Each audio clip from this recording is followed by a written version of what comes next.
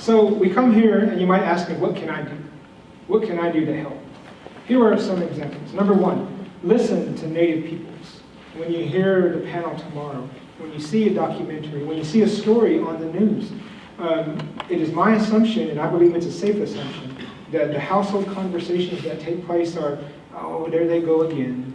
These protesters, they're radicalizing this. What are they going to protest next? The political correctness, you're going to hear that. We probably already have. Don't do that.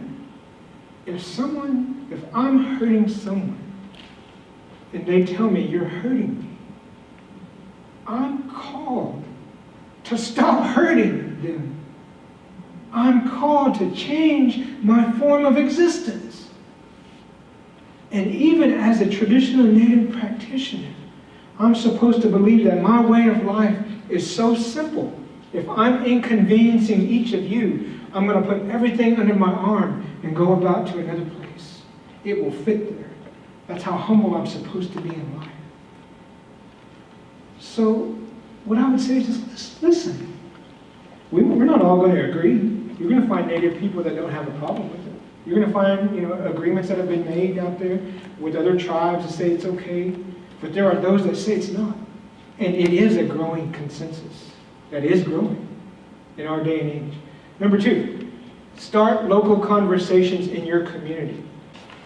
Communicating. So when you go home, have those conversations. If there's a school around, if someone says something, or even if it's just a household conversation. Well, Mom, Dad, this is more important than we realize. This is something that is real, and it impacts people. Start those conversations. Then number three, go back to what I said earlier about boycotting. Refuse to purchase these things, clothing items, and even if you feel so inclined, the games. Now I know the licensing agreement between the NFL, the NCAA, they all get a piece of everything, but still that doesn't mean we have to wear it. I don't have to go and have a Florida State jersey even though I'm Seminole. I don't approve of that. Mascot, I'm not going to do it. Neither will my family. Refuse to buy those things. I haven't purchased anything like that. I think I was 20 years old the last time I bought something, so 22 years ago. I haven't bought anything. And the way that I'm an ex-jock, I used to play sports all the time, that I probably saved about $1 million, if not hundreds of thousands, in those types of purchases, jerseys, all these kinds of hats, parkas, sweatshirts, all these things. But here's what I want to leave you with. The fourth one. You can start the change right now. Remove harmful words from your vocabulary. Instead of saying the R word, say the R word. Start changing now. A few weeks ago, actually a couple months ago, I was with one of our non-Methodist agencies in some consultations, and they have a father-child program where they have a weekend where they go and they do events that help strengthen the relationship between a father, and this particular camp was father and daughter. And they break up into what they call little tribes. And that's why I was there, was to consult with them. Is this safe? Should you change? And they were able to name these tribes. And one of them, they were young girls, so like one of them was like the pink unicorns and stuff like that. And, but one of the groups, they named themselves Squaws and Paws. And at one time it had the entire curriculum it came from a concept of Indian guides. And I sat there and I was like, oh. I was kind of in shock.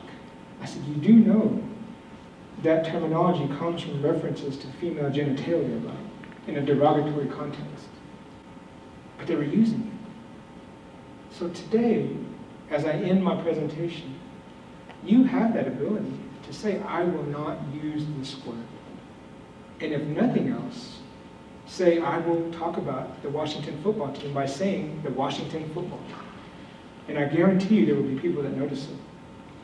There was a day and time when even sports stations and reports on media, they would always say the R word.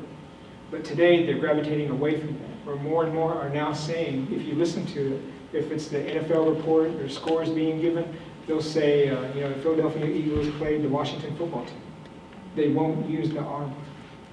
You have that ability too. So I invite you that it can start right at this moment. And of course, the last little piece. Whatever you do, love well. Love well.